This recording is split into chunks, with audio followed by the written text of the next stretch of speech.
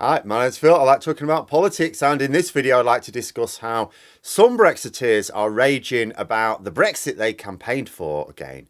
In this particular case, how the High Court in Belfast has ruled that Stormont executives can't just disapply the Northern Ireland Protocol because they fancy sulking about their own misdeeds. But first, if you'd like to be notified of daily news and politics, please subscribe to the channel and click the bell notification icon.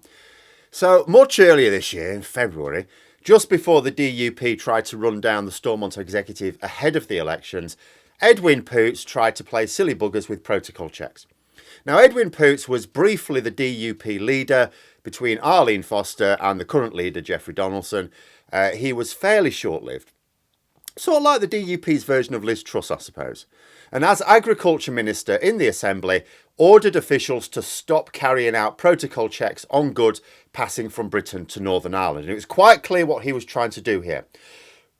We were just into the period when Stormont election campaign was going to kick off. Despite the DUP's 5-point manifesto, 5 promises they were going to bring in if you voted for them, they knew at the time, I absolutely guarantee, that after those elections there would be no Stormont executive. They intended to run it down, as they did. So Poots thought, right, I'm going to cancel all the protocol checks. Then after the elections, there'll be no executive. So the protocol checks will just stay off. You know, if we can't get the British government to disapply the protocol, we'll just do it ourselves. Only it's not how it worked. Officials at the time didn't actually carry out the orders because they went, we're not really convinced this is legal. And the High Court ordered that the checks carry on as normal until they could consider it, until they could consider the legal implications. Well, this has now been done. And to the surprise of nobody paying attention, the court has permanently rescinded the instruction as being unlawful. So it's like, no, you can't give orders like that. And this has prompted some Brexit supporting unionists. I'm going to emphasise that point because not all unionists in Northern Ireland are Brexit supporters. And not all of the Brexit supporting unionists in Northern Ireland are completely crazy. But some Brexit supporting unionists have done their nut and claimed that they were right. This proves they were right. And it's like, there's been a lot of this going on, really. So far, this merry band have tried to get the courts to declare that the protocol was in breach of the Act of Union, and court said, no, it replaced bits of it.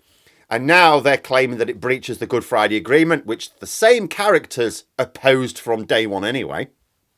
Now, call me old-fashioned, but I was always under the impression that when you lose a court case, it actually sort of proves you were wrong, not right. What actually happened is that the likes of the DUP campaigned for Brexit because they thought that if we left the customs union single market, that normal third country rules would apply in line with international trade law.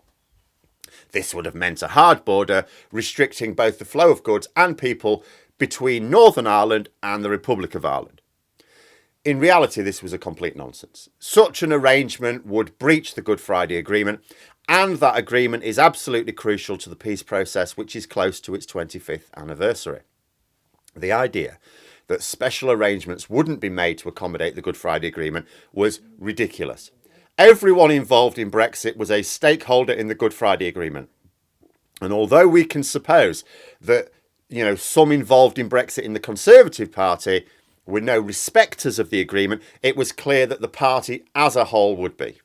Naturally, the Brexit charlatans in the Tory party tried to claim that there would be no new restrictions to trade. So until they got it over the line, they said, just deny reality. And they tried that line for quite a long time before reality had to emerge. If you leave the customs union, the single market, there has to be a trade border. There are always trade borders between different markets. That's how you know you're in different markets.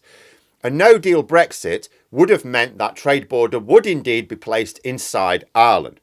Even most Tories wouldn't contemplate that. So the only other place to put it was between Northern Ireland and Britain.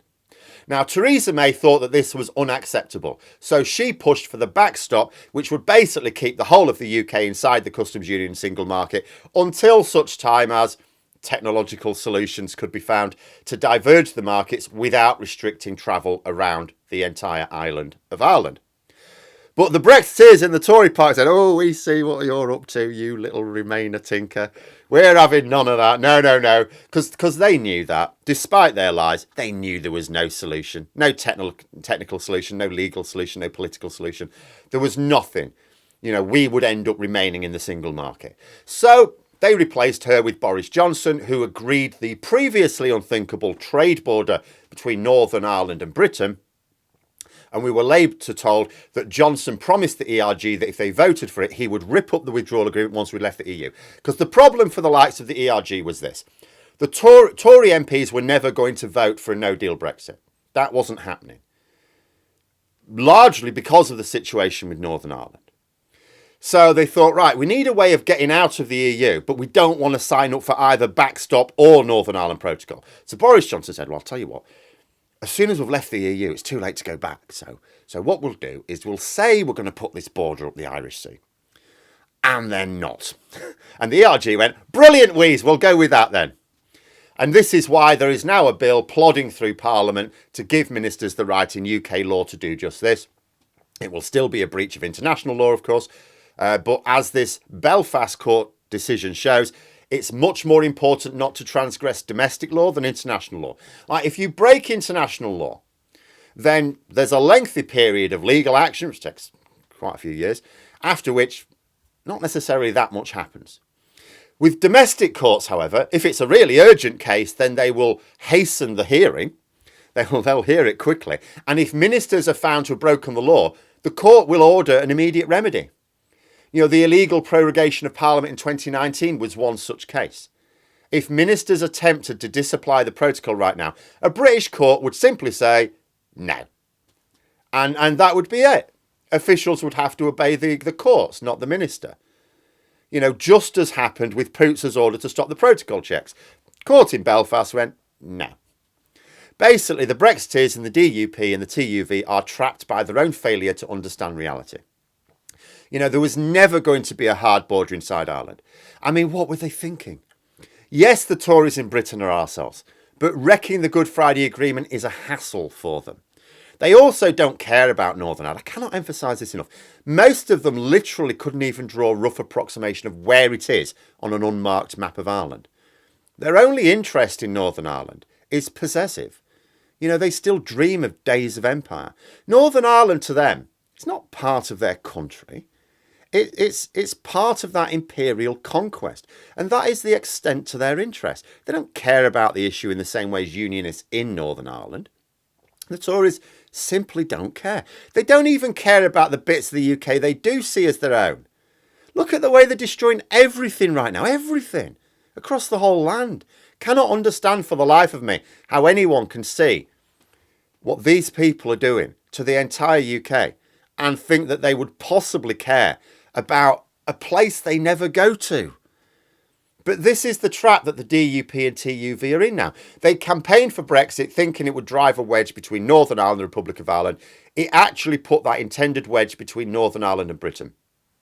Because there are some trade barriers for goods passing from Britain to Northern Ireland. It's easier for many businesses and other consumers in Northern Ireland to just change suppliers from Britain to elsewhere in the EU single market, the rest of the continent, basically. And the supply chains are changing. They've been changing ever since we left. The likes of the DUP are panicking because they can see where this goes.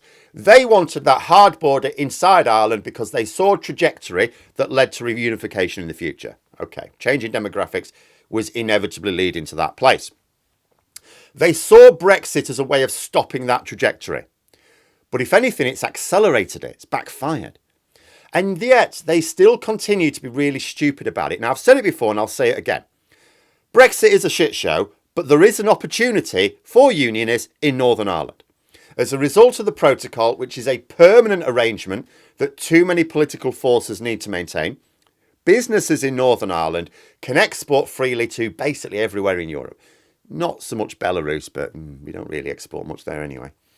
That is a unique position. The rest of Europe has trade barriers to export into Britain. It's now harder to export to Britain. And Britain's a large consumer market. That's a big deal.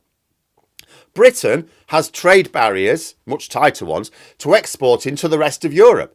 Well, that's an even larger consumer market. That's a huge deal. Northern Ireland can export everywhere just as easily, really.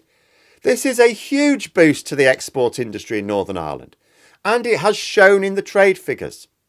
Yes, the protocol has made getting imports from Britain more awkward, or some imports anyway, but many can just switch to buying from the single market now. If Ireland reunified, businesses in Northern Ireland would lose that capacity to export freely to Britain, and Britain's a massive customer to businesses in Northern Ireland. Can't be lightly dismissed. This would be a powerful argument in the case for Northern Ireland remaining part of the UK, when the time comes to make it. But, and this is a mark of just how little strategic thinking I see in these people, they're trying to remove the one thing that now keeps Northern Ireland in the UK. My personal view is that a reunified Ireland would be better because political life is so divisive as things are. But I'm not Irish. It's got nothing to do with me. That's just my opinion of something I'm interested in. But for those who want Northern Ireland to remain part of the UK, the protocol is their trump card. Brexit actually delivered them a trump card. The DUP and TUV are literally arguing for someone to set fire to that trump card. The consequence of which would be a trade war with the EU, which the UK would lose badly, a humiliating climb down, and resentment over the issue with Northern Ireland amongst the rest of Britain. It would not take long for Brexiteers in Britain to see the problem as Northern Ireland itself. But these Brexit supporting unionists just keep making the mistake of thinking that others see the world as they do. I cannot emphasise enough just how the balance of opinion in Britain would change. A trade war with the EU means everything getting much more expensive. It means shortages of food and medicines in Britain. People in Britain are not going to enjoy that, and they're not going to enjoy the people who inflicted it upon them. Cannot emphasise strongly enough just how wrong these people are. They are completely alone in their thinking. They think that others see the world as they do. They are wrong. They will keep getting mad when politicians and judges alike tell them the reality of what Brexit is, because they are incapable of facing up to the fact that maybe, just maybe, they made a strategic error and perhaps need a new strategy. No. More shouting, that's what's needed. We're just not shouting loud enough. But there we are, those are my thoughts. Let me know yours in the comments below. Hope you found the video interesting. If you did, please click the like button. If you'd like to support the channel further, the join button for memberships. And until next time, I'll see you later.